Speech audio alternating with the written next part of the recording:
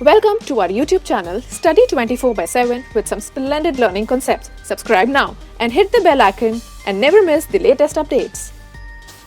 Good morning and hello everybody, welcome in observer IAS platform. PT mains और interview के जो भी topic discussion है उसकी श्रृंखला कड़ी में आज हमारा जो हम लोगों का बातचीत या लेक्चर होगा वो जोग्राफिकल इश्यूज़ के ऊपर होगा। इट मींस लास्ट 1 ईयर्स में जो भी इस देश में करंट अफेयर्स की घटनाएं घटी हैं, चाहे वो नेशनल लेवल पे हो या इंटरनेशनल लेवल पर हो, देश के बाहर भी घटनाएं घटी हों, उनका इससे टॉपिक से क्या क्या कोरिलेशन है और एग्जामिनेशन के टाइम एग्जामिनेशन से रिलेटेड जो भी फैक्ट फिगर आ सकते हैं पीटी लेवल पर, मेंस लेवल पर, अब हम उनकी चर्चा करते हैं। सबसे पहले हम लोग बातचीत करते हैं जो इस साल का पहला सेंसिटिव टॉपिक था, वो था उत्तराखंड में जो लैंडस्लाइड हुआ या उत्तराखंड की जो त्रासदी हुई। टाइम्स ऑफ इंडिया मार्च 2021 तक लगातार कवरेज रहा कि क्यों हुआ, कैसे हुआ, किस तरह हुआ, क्या रोल था, चाइना की कोई भी भूमिका थी या ग्लोबल वार्मिंग का कोई कॉन्सेप्ट था। इतने सारे एस्पेक्ट्स न्यूज़पेपर में जो भी स्पेशलिस्ट थे उनके आई।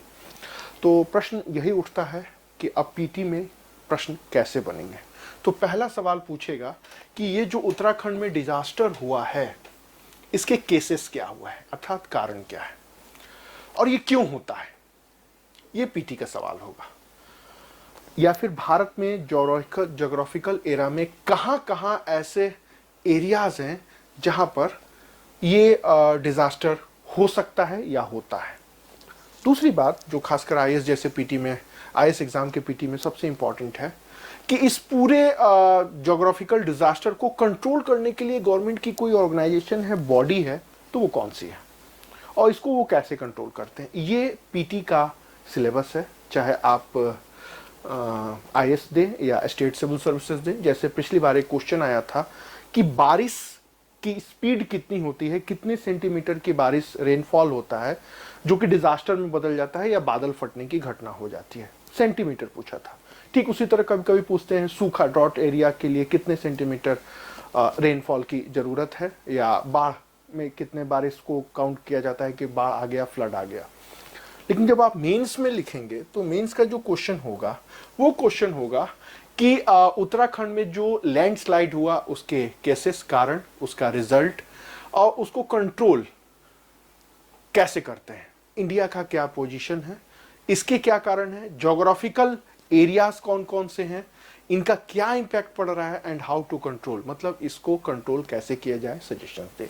ये सारी चीजें आपको जाननी होंगी 125 वर्ड्स में या 250 वर्ड्स में। इससे ज्यादा कुछ और पॉइंट्स जानने की आवश्यकता एग्जाम के लेवल पर नहीं है। ये सारे फैक्ट्स हैं जिनको आपको पहले तो घटनाओं को समझना होगा। घटनाओं को समझने के बाद पीटी से लिंक जो भी फैक्ट है उसको एक नज़र देख लीजिए और मेंस में जो लिंक बन रहा है 12 से 15 पॉइंट्स होंगे, उसको एक बार लिख करके चीज़ों को समझ लीजिए और ध्यान रखिए आपका आंसर हमेशा 125 और 250 वर्ड के बीच में होना चाहिए। दूसरी बात करते हैं, नवंबर 2020 तक लगातार कवर किया हिंदू अखबार ने ब्लैक कार्बन।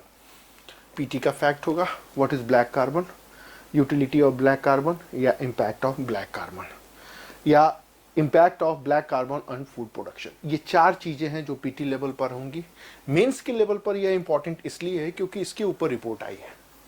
जब रिपोर्ट आई है खासकर भारत सरकार की, पूरी रिपोर्ट छपी थी, तो आपके लिए कंपलसरी है चीज़ों को जानना। सीधा सीधा प्रश्न बनेगा, कैसे बनेगा कि ब्लैक कार्बन क्या है, क्रॉप प्रोडक्शन पर इसका इम्पैक्ट और गवर्नमेंट की इनिशिएटिव और रिपोर्ट क्या कह रहा है। ये ज़्यादा से ज़्यादा 125 में बनेगा, इससे ज़्यादा कहीं अन्य और टॉपिक्स पर बनने की संभावना नहीं है। ध्यान रखिएगा, काफ़ी इंपॉर्टेंट टॉपिक है। साइंस टेक एंड टेक में भी ये आ सकता है, ज्योग्राफी में भी आ सकता है, इन्वायरमेंट में। खासकर आईएएस जैसे पेपर्स में अब तो डिवीजन ही खत्म हो गया, कहाँ साइंस हो रहा है, कहाँ इन्वायरमेंट हो रहा है, कहाँ नेशनल इशू है, सबको मिक्स करके प्रश्न आते हैं। तो अगर आपको ओवरऑल घटनाक्रम के बारे में जानकारी नहीं है तो फिर आप प्रश्न पीटी का और मेंस का कर ही नहीं पाएंगे।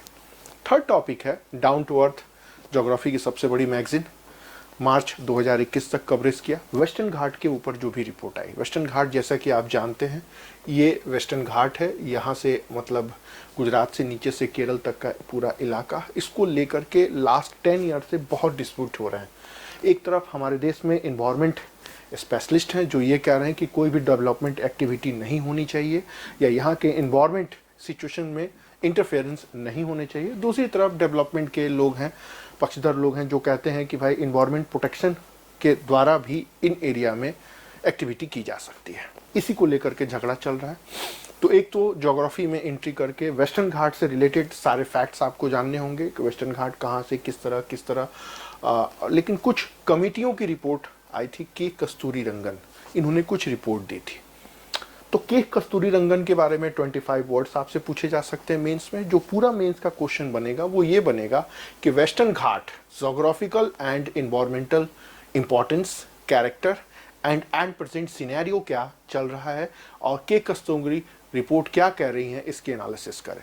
इट मीन्स भारत सरकार की जो भी वेस्टर्न घाट में अभी प्रेजेंट सिनेरियो और या पॉलिसी चल रही है वो क्या चल रही है और अभी इसके ऊपर डिस्प्यूट या डिबेट क्या चल रहा है और आप इस घटनाओं को अच्छी तरह समझते हैं, एनालिसिस कर पा रहे हैं कि नहीं।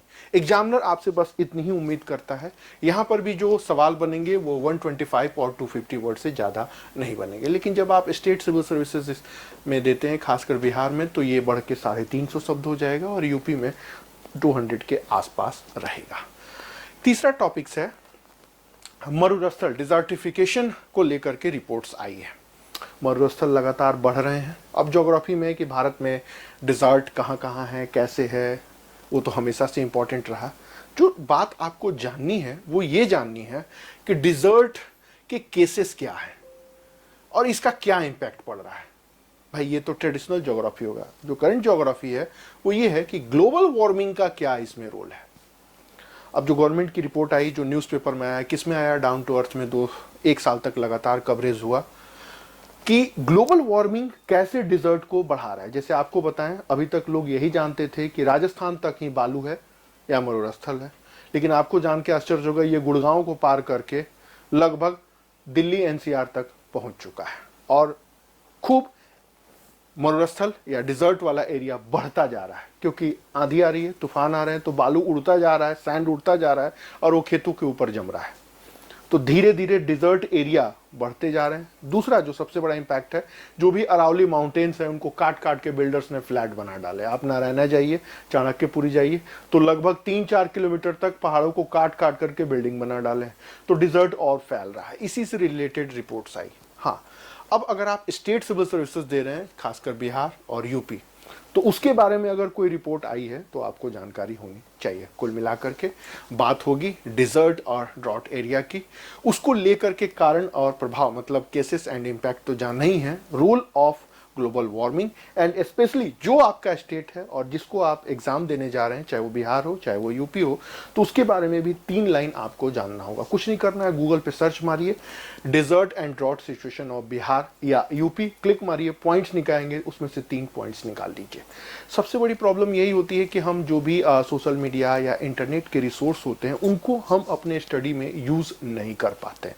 ऐसा नहीं कि आपने कभी यूज़ नहीं किया होगा, लेकिन आप उस रिपोर्ट को पढ़ते हैं, लेकिन उस रिपोर्ट का यूटिलाइजेशन हम अपने आंसर में कैसे करें, कहां करें, कब करें और किस तरह करें, ये प्रैक्टिस मुझे नहीं लगता कि हिंदी बेल्ट के कोई स्टूडेंट कर पाते हो। और कर भी पाते हैं तो 1 से 2% बच्चे या रेशियो स्टूडेंट्स इनके लिमिटेशंस में हैं। तो आप 2 पॉइंट्स निकालेंगे या हम अपने मेंस के क्लास कार्यक्रम में 2-2 पॉइंट्स, 3-3 पॉइंट्स, जो भी गवर्नमेंट की इनिशिएटिव है और जो उनके वेबसाइट्स पर है, यहाँ पर मेंशन करेंगे। तीसरा टॉपिक है इन्वायरमेंट परफॉर्मेंस। हमेशा की तरह इंपॉर्टेंट है। लास्ट 5 ईयर के क्वेश्चन देखें तो सबसे ज़्यादा परेशान करने वाला टॉपिक यही है। कारण क्या है? एक तो इनकी बुक्स ऑथेंटिकेट नहीं है और दूसरा इतना मैटर इंटरनेट पर है कि आप उस मैटर के भंवर जाल में फंस जाएंगे। तो पीटी लेवल पर आपको क्या पढ़ना है कि इनकी रिपोर्ट आई है, परफॉर्मेंस वो क्या है। दूसरा, इन्वायरमेंट कहाँ कहाँ क्या क्या इम्पैक्ट डाल रहा है और इसको कंट्रोल करने के लिए इंडिया एंड ग्लोबल लेवल पर क्या अटेम्प्ट चल रहा है। खासकर स्टेट हैं तो कुछ स्टेट गवर्नमेंट के अपने इनिशिएटिव और प्लान, जैसे बिहार की हरियाली योजना या उत्तर प्रदेश की योगी बाबा की एक नई योजना आई है, तो उनके बारे में पीटी लेवल का यही है। सबको मिक्स कर दें तो मेंस लेवल का सवाल बन जाएगा। ध्यान रखिएगा, जैसे अभी WHO की रिपोर्ट आई है कि एयर पॉल्यूशन से भारत में इतने लोग मरते हैं, दूसरा एयर पॉल्यूशन से भारत के इतने लोगों को इतने टाइप के डिजीज या रोग हो रहे हैं। ठीक है, अब ये 2-3 पॉइंट्स हैं, अगर आपके आंसर में ये सब चीजें नहीं जाएंगी तो आपको एक्स्ट्रा मार्क्स नहीं मिलेंगे। जिस दिन ये रिपोर्ट छपी, ठीक है, डेट भी है यहाँ पे, जून 2020 से लेकर के दिसंबर तक आई, उस समय अगर आपका इंटरव्यू होता है तो आपसे यही सवाल पूछेंगे, मिस्टर एक्स या mister Y, what you think about air pollution situation in India. Then आपको जवाब देना होगा कि सर भारत अभी ऐसे ऐसे सर्वाइव कर रहा है। ये कुछ ऐसी चीजें हैं जिसके ऊपर स्टूडेंट्स लोग ध्यान ही नहीं देते हैं। सोचते हैं पहले पीटी निकालो, फिर मेंस निकालो, फिर इंटरव्यू में चल के देख लेते हैं। नहीं, ये गलत तरीका है। पीटी, मेंस और इंटरव्यू बस एग्जामिनेशन के प्रोसेस हैं। आपको बस करंट की घटनाओं पर या भारत सरकार या इंडिया जहां सर्वाइव कर रहा है उसके ऊपर एक ओवरव्यू, आपका एक कमांड होना चाहिए, एक नज़रिया होना चाहिए, एक अप्रोच होना चाहिए, और फिर उसको एग्जामिनेशन के पैटर्न में आप पीटी, मेंस और इंटरव्यू में जो भी रिक्वायरमेंट है क्वेश्चन की, उसको आप डिलीवर करें।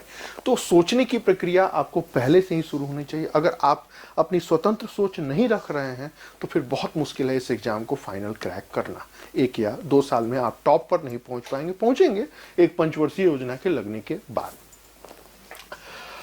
फिर अब आते हैं भूकंप। पहले भूकंप आता था घर से भागो, दिल्ली में हर तीसरे रोज भूकंप आता है। भूकंप से डर भी खत्म हो गया। लोग बैठे रहते हैं कि अच्छा धरती हिली, अच्छा अब तो हम नहीं मरने वाले, या रोज रोज आ जाता है। हमेशा की तरह इंपॉर्टेंट हो रहा है अर्थक्वैक। इसका प्रेजेंट सिनेरियो क्या चल रहा है, भारत में कब कब कहाँ कहाँ कौन कौन से अर्थक्वैक के एरियाज हैं, स्टेट लेवल में क्या सिचुएशन चल रहा है, और अर्थक्वैक का डिजास्टर मैनेजमेंट में क्या रोल हो सकता है। जहां पर आपका जो भी स्टेट है, चाहे बिहार हो, यूपी हो, एमपी हो, तो अगर वहां कोई पर्टिकुलरी एरिया है और वो अर्थक्वैक या भूकंप प्रवण क्षेत्र या अर्थक्वैक से इफेक्टेड हो सकता है, तो उनके बारे में आपको जानकारी रखनी होती है। पीटी लेवल पर यही होगा, और मेंस लेवल पर सबको मिला दीजिए तो आपका उत्तर 125 या 250 वर्ड से ज़्यादा की जानने की आवश्यकता एग्जाम के लेवल पर नहीं है। अगला टॉपिक है फिशर्स एंड एनिमल हस्बेंड्री, कृषि और पशुपालन। बहुत इंपॉर्टेंट टॉपिक है। अब वो गया जमाना जब सीधे सीधे कृषि से क्वेश्चन आते थे, अब सीधे आएगा कि पशुपालन और मछली पालन, फिशर्स और एनिमल्स हस्बेंड्री पॉलिसी में गवर्नमेंट क्या कर रही है, मोदी सरकार क्या कर रही है। पूरा कवरेज आया, मतलब पॉलिसी क्या है, ठीक है, और इंफ्रास्ट्रक्चर डेवलपमेंट के लिए गवर्नमेंट क्या कर रही है, ठीक है, बजट 2021 में क्या फंड अलॉटमेंट किया गया, ये पीटी का सवाल हो गया। मेंस में आ जाइए तो सीधे पूछेंगे role of fishers and animal husbandry in employment या एग्रीकल्चर एम्प्लॉयमेंट, 125 वर्ड्स। फिर आपसे पूछा जाएगा बिहार और उत्तर प्रदेश, जिसकी पूरी इकॉनमी एग्रीकल्चर बेस्ड पर काफ़ी हद तक आधारित है, उनके इकॉनमी में इनका क्या रोल हो सकता है, और गवर्नमेंट चाहे उत्तर प्रदेश की हो, बिहार की क्या कर रही है। ध्यान रखिएगा 7 से 8 पॉइंट ही बनेंगे।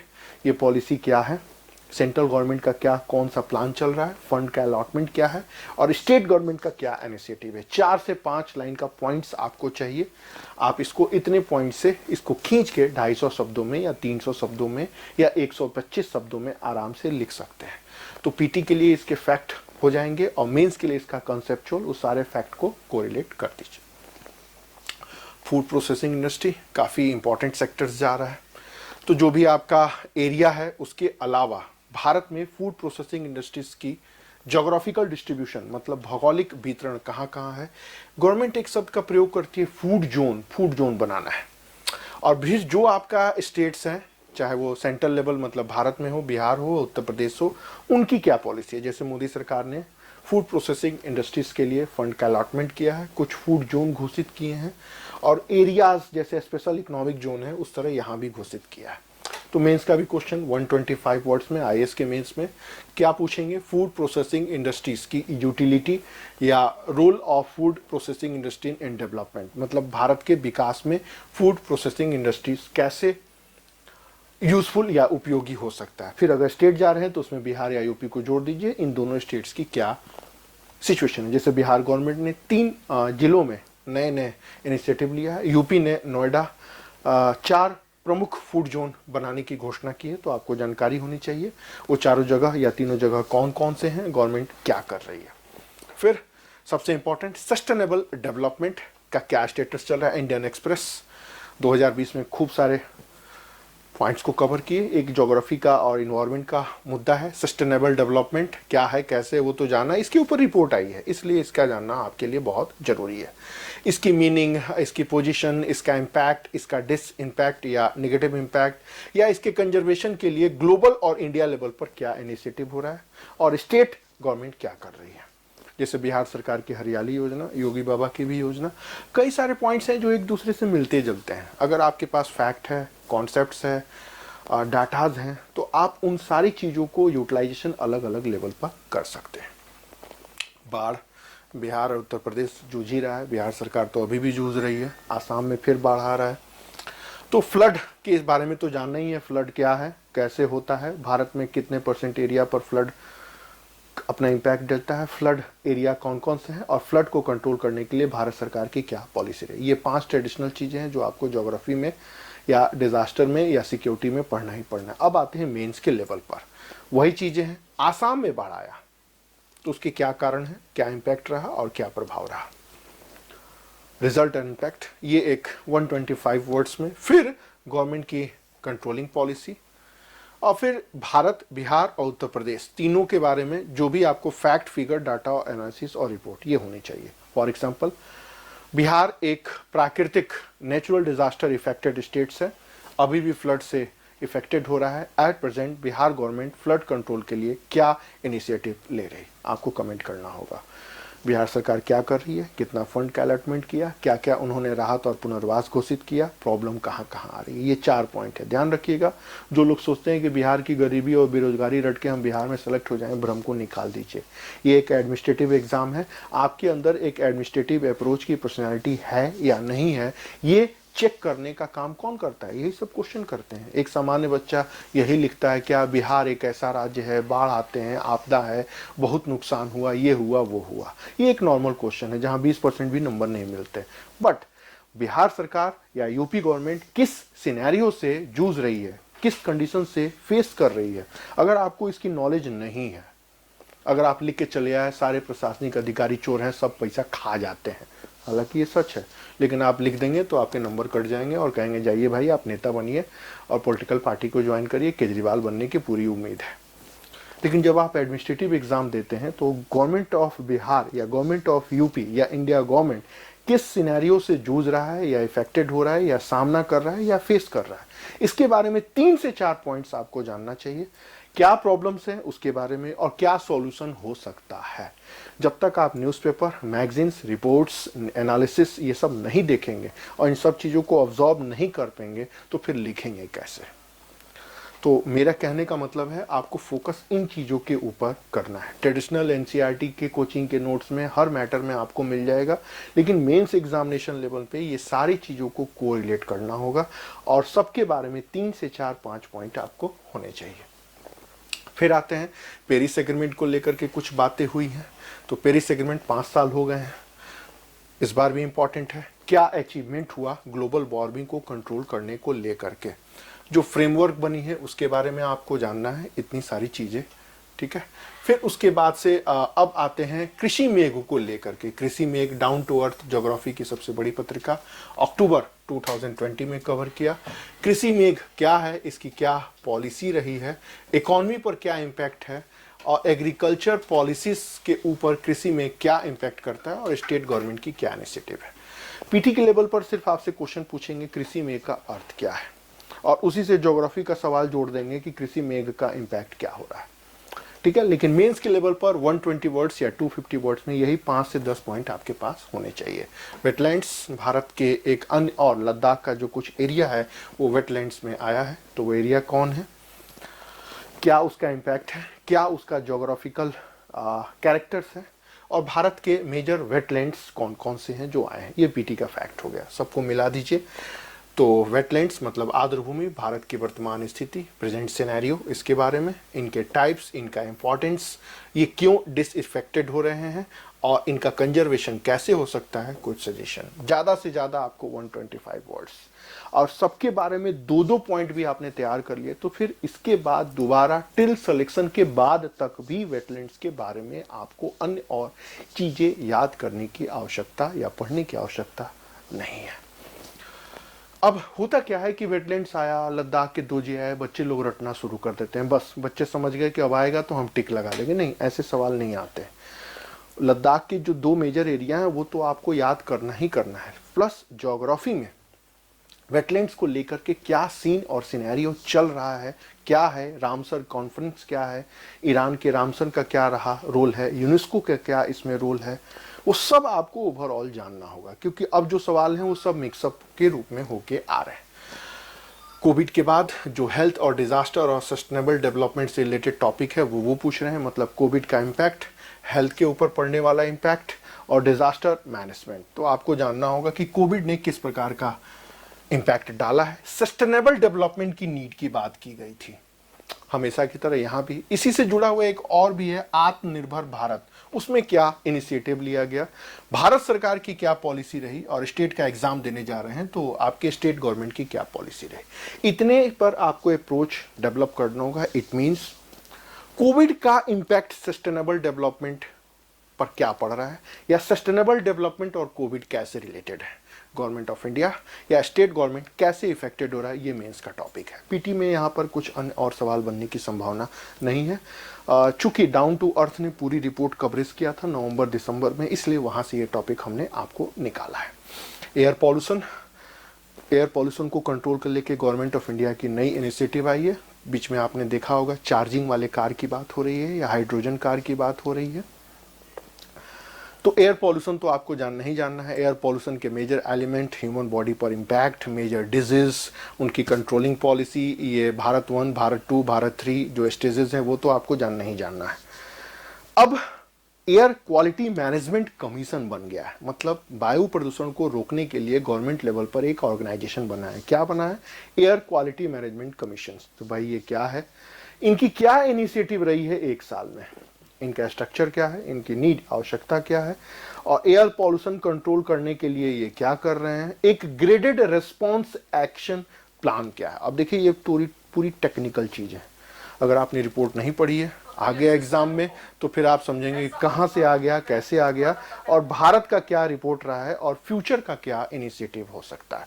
कुल मिला के कहा जाए तो भारत में वायु प्रदूषण को लेकर के भारत सरकार क्या कर रही है, सवाल यहीं से होगा। लेकिन ऐसे सवाल नहीं आएंगे, सवाल इस तरह से आ सकते हैं, कुछ टेक्निकल वर्ड ले लेंगे जिससे बच्चा गुमराह हो जाए। तो अगर आप एयर पॉल्यूशन पर गवर्नमेंट ऑफ इंडिया की पॉलिसी या इनिशिएटिव अगर आपको ध्यान है तो ये 5 चीजें हैं, और सर 5 पर 2-2, 3-3 पॉइंट्स तैयार कर ले। ध्यान रखिएगा हमेशा हम अपने टॉपिक को टू द पॉइंट 125 शब्द, 250 शब्द, 10 से 12 पॉइंट्स में समेटते हैं, ताकि आप अपनी जरूरत के अनुसार इसको 125 वर्ड्स या 250 वर्ड्स या 25 वर्ड्स में सबमिट कर सके। स्टेट देने जा रहे हैं तो थोड़ा खींच के और बढ़ा दीजिए, 350 शब्द, या यूपी देने जा रहे हैं तो 200, यूपी तो आईएएस को फॉलो करता है। आम और वन जिसको कहते हैं, ज्योग्राफी में हमेशा से इंपॉर्टेंट टॉपिक रहा है, चूंकि इनकी रिपोर्ट आई है तो आपको जानना पड़ेगा। सिंपल सा है, 125 वर्ड्स में मैंग्रोव वंस इम्पैक्ट और इम्पोर्टेंस और मैंग्रोव कवर का क्या सिचुएशन है। एक बार इसको तैयार कर लें, पीटी और मेंस दोनों कंप्लीट हो जाएगा। अब हिंद महासागर में गवर्नमेंट ऑफ इंडिया या मोदी गवर्नमेंट कुछ खास एक्टिव दिख रही है, एल नीनो का भी इम्पैक्ट दिख रहा है। हालांकि ये क्वेश्चन मेंस में आ चुका है इसमें, लेकिन फिर भी आपको जानना है कि हिंद महासागर में अल नीनो, मतलब मैं देख रहा हूँ पिछले 10 सालों से आईएएस के तैयारी करने वाले बच्चों को अल नीनो परेशान कर रहा है, नींद नहीं आने देता, कब कौन सी घटना हो जाए। तो एनालिसिस, फिर ग्लोबल वार्मिंग का क्या इम्पैक्ट आ रहा है, अल नीनो का इम्पैक्ट, इनका रोल वर्ल्ड लेवल पर और इंडिया के लेवल पर, सब पे आपको 5-5 पॉइंट या 3-3 पॉइंट आपको प्रिपेयर कर लेना है। फिर आपको अल नीनो दोबारा जिंदगी में पढ़ने की जरूरत नहीं है। फरवरी 2021 हिंदू अखबार ने पूरा कवर किया रिन्यूएबल एनर्जी को लेकर के, ये तो हमेशा से इम्पॉर्टेंट टॉपिक रहा है। Present scenario alternative energy solutions के रूप में क्या सीन चल रहा है, गवर्नमेंट ने क्या पॉलिसी अडॉप्ट की है, क्या इम्पोर्टेंट और इनका हो सकता है, और आप स्टेट देने जा रहे हैं अपना, तो अपने अपने स्टेट्स के बारे में आपको ध्यान रखना चाहिए कि बिहार सरकार या उत्तर प्रदेश सरकार वैकल्पिक ऊर्जा स्रोतों को लेकर के renewable energy, alternative energy solutions के लिए क्या इनिशिएटिव उठा रही है। एक बार इन चीज़ों को कवर कर ले। लगभग जितनी भी सिविल सर्विसेज से रिलेटेड मैगजीन्स हैं उन्होंने बहुत रिपोर्ट छापा है, लेकिन प्रॉब्लम ये है कि हमें एग्ज़ाम में पूछता है 250 वर्ड्स में, और मैगज़ीन में दिया रहता है 2000 से 4000 वर्ड्स में। उनको कैसे समेटें, यही सबसे बड़ी प्रॉब्लम है। और हम अपने अगले मेंस के एक लेक्चर में इसी टॉपिक को 10 मिनट में डिस्कस करेंगे, और उसको हम 250 वर्ड्स में कैसे लिखेंगे इसकी बात की चर्चा करेंगे। ध्यान रखिएगा, पढ़ने से ज़्यादा इम्पॉर्टेंट है चीज़ों को समझना, और उससे भी ज़्यादा इम्पॉर्टेंट है लिखना। अगर आप नहीं भी लिखे हैं, माफ़ करें, अगर आप नहीं भी समझे हैं, लिख दिया आपने, तो इसका मतलब एग्जामिनर समझ गया कि आप जान रहे हैं, सोच रहे हैं, समझ रहे हैं और लिख भी रहे हैं। तो यही सबसे बड़ा चैलेंज है कि 4000 से भी ज़्यादा बड़े आर्टिकल को 250 वर्ड्स में कैसे समेटें। ठीक है, केरल में अनानास में बम लगा के उड़ाया गया, हाथियों को लेकर के जो कुछ हो रही है, या बंदर और इंसान का जो एक झगड़ा हो रहा है, उसको लेके पीटी में भी ये सवाल आ चुके हैं कि ह्यूमन और एनिमल का क्या कॉन्फ्लिक्ट चल रहा है, प्रेजेंट सिनेरियो क्या है, नॉर्थ ईस्ट में क्या सीन चल रहा है और ऐसे क्यों हो रहा है। अब देखिए, ये एक आइडियोलॉजिकल क्वेश्चन है। इंडियन एक्सप्रेस ने नवंबर 2020 जनवरी से लेके मार्च 2021 तक खूब सारे आर्टिकल्स आए कि आखिर पेड़ कट रहे हैं तो हमारे पशु पक्षी जाएं कहाँ। अभी एक फिल्म भी आ रही है, हाथी मेरा साथी, राणा डुगुबती की। उस पिक्चर को देखिएगा ध्यान से, अच्छी पिक्चर है। ट्रेलर देख के तो यही लगता है, ऐसे ट्रेलर में सारी पिक्चरें अच्छी लगती हैं, लेकिन उस चीज़ को देखिएगा तो थोड़ा सा सोचिएगा कि हम जंगल को काटते जा रहे हैं और बिल्डिंग बनाते जा रहे हैं, तो पशु कहाँ जाएंगे, या फिर ये सीन कहाँ तक जाएगा। आगे बातचीत चर्चा करेंगे। बायोफ्यूल, द वायर ने पूरा कवर किया इसके ऊपर, हमेशा की तरह important, present scenario, types, series, importance, government of India का इनिशिएटिव और स्टेट गवर्नमेंट की पॉलिसी। ये 5 पॉइंट्स हैं, और इस 5 पॉइंट पर 3-3, 4-4 पॉइंट्स आपको निकाल लेना है। पीटी पर पिछले साल आया था, नीचे धरती के कितने जल हैं या ग्राउंड वाटर स्टेटस को लेके पीटी में आ चुका है, फिर इम्पोर्टेंट है, आएगा। पोजीशन क्या है, प्रॉब्लम क्या है, सॉल्यूशन क्या हो सकता है, भारत में वाटर क्राइसिस का क्या कारण है, इनके कंजर्वेशन के लिए क्या पॉलिसी है, वर्ल्ड बैंक ने क्या रिकमेंडेशन दिया है, और बिहार या उत्तर प्रदेश या इंडिया गवर्नमेंट इसको कंट्रोल करने के लिए या वाटर कंजर्वेशन करने के लिए क्या इनिशिएटिव ले रही है। बहुत इंपॉर्टेंट है, इनको आप नकार नहीं सकते हैं, और ये मरते दम तक आपका पीछा नहीं छोड़ने वाला है। हर दूसरे तीसरे साल ये कहीं ना कहीं एग्ज़ाम में आ ही जाता है। पिछली बार तो ग्राउंड वाटर रिपोर्ट ही आ गई कि क्या रिपोर्ट आया।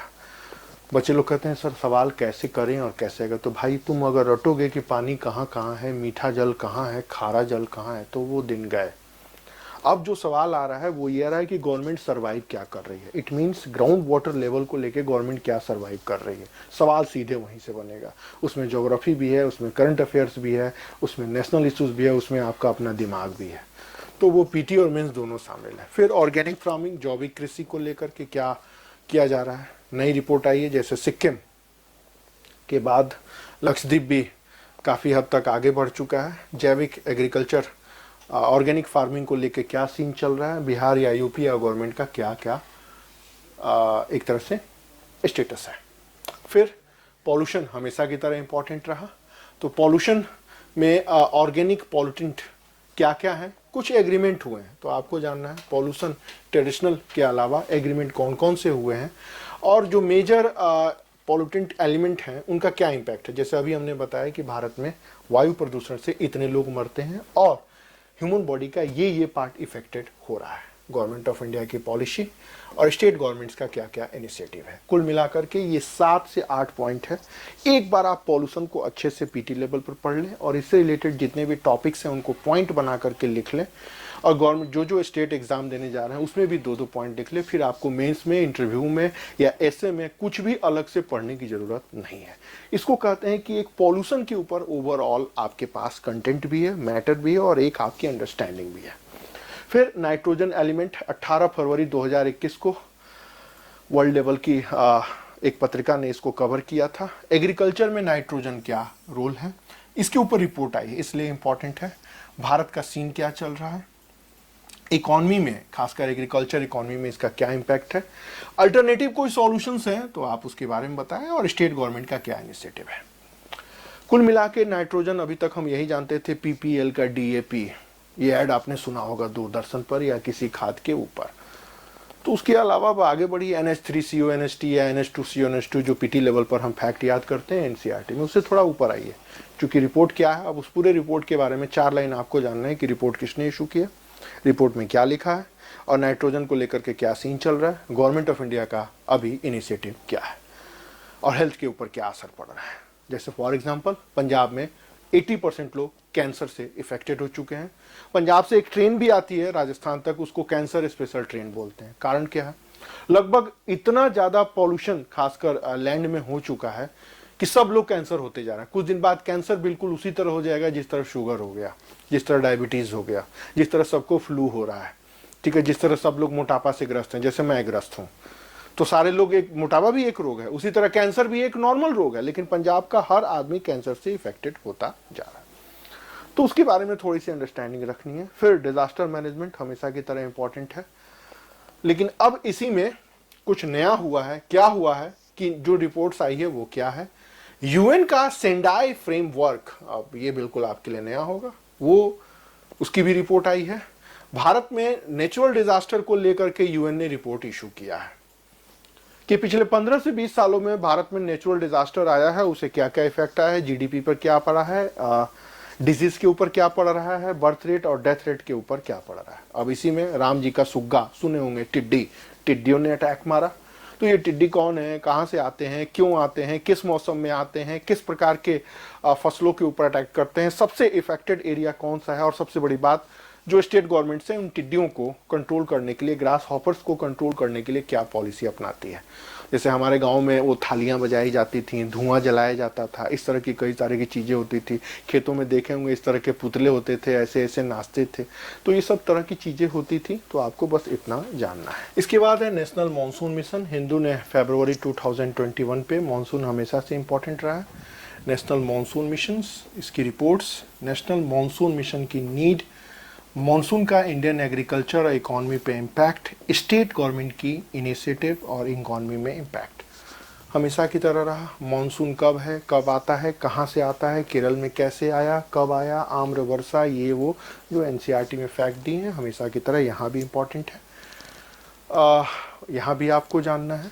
फिर एक दो अन्य और भी चीज़ें हैं, वो है सस्टेनेबल एग्रीकल्चर। हालांकि हम पहले भी इसकी चर्चा कर चुके हैं। सस्टेनेबल डेवलपमेंट था, लेकिन अब एक नया शब्द आ गया है, सस्टेनेबल एग्रीकल्चर। मतलब यही है कि जो एग्रीकल्चर में जो भी रासायनिक खाद, केमिकल्स जो हम लोग यूटिलाइज करते हैं, उसको लेकर के रिपोर्ट्स आई है। तो इसकी मीनिंग जानना है, चूँकि इसके ऊपर कॉन्फ्रेंस हुआ है, इस वजह से इसका जानना जरूरी है। अब पीटी लेवल पर बस इतना ही पूछेंगे, क्या है, कैसे है, क्या इम्पैक्ट आया। मेंस लेवल पर इसकी नीड और डेवलपिंग कंट्रीज की सिचुएशन, ग्लोबल इंडिकेटर क्या क्या है, मतलब विश्व लेवल पर कुछ खास केमिकल्स हैं जिनको छिड़काव न करने का, जिनका यूटिलाइजेशन न करने का इंडिकेटर्स या स्टैंडर्ड्स बना है, लेकिन फिर भी हम उसको अडॉप्ट कर रहे हैं। फ्यूचर का क्या रोल हो सकता है, और भारत और जो भी आप स्टेट गवर्नमेंट के एग्ज़ाम देने जा रहे हैं उनकी क्या इनिशिएटिव है। तो ये कुछ टॉपिक्स हैं जो कि पीटी मेंस लेवल पर इम्पॉर्टेंट है, चाहे आप आईएएस दे रहे हो या स्टेट सिविल सर्विसेज में दे रहे हैं। तो ये है, हमारे ऑब्जर्वर आईएएस में कई लोग थे जो सेलेक्ट हो चुके हैं, उनका एक अपना अपना ओपिनियन है, अब इसको बताने की ज़रूरत नहीं है। इन्होंने, जैसे मिस कुमारी हैं, टाइम मैनेजमेंट की बात कही है, और जैसे जो हमारे साथ रह के इन्होंने सीखा, ये वही बातें हैं जो हमने आपके साथ शेयर की। तो ये थी ज्योग्राफी से रिलेटेड कुछ मैटर्स। उम्मीद है आपको सारी चीज़ें समझ में आ रही होंगी, और क्वेश्चन का जो पैटर्न बदल रहा है और जो अप्रोच है, उस अप्रोच से ये टॉपिक्स कैसे जुड़े हैं। तो एक ट्रेडिशनल ज्योग्राफी की तैयारी तो करनी ही करनी है, इसके ऊपर आपको फोकस करना है। तो पीटी और मेंस के लगभग 80 से 90% एरिया को आप कवर कर सकते हैं, ठीक है। तो सारी चीज़ें हमारी समझ में तो आ ही रही होंगी। Okay, thank you.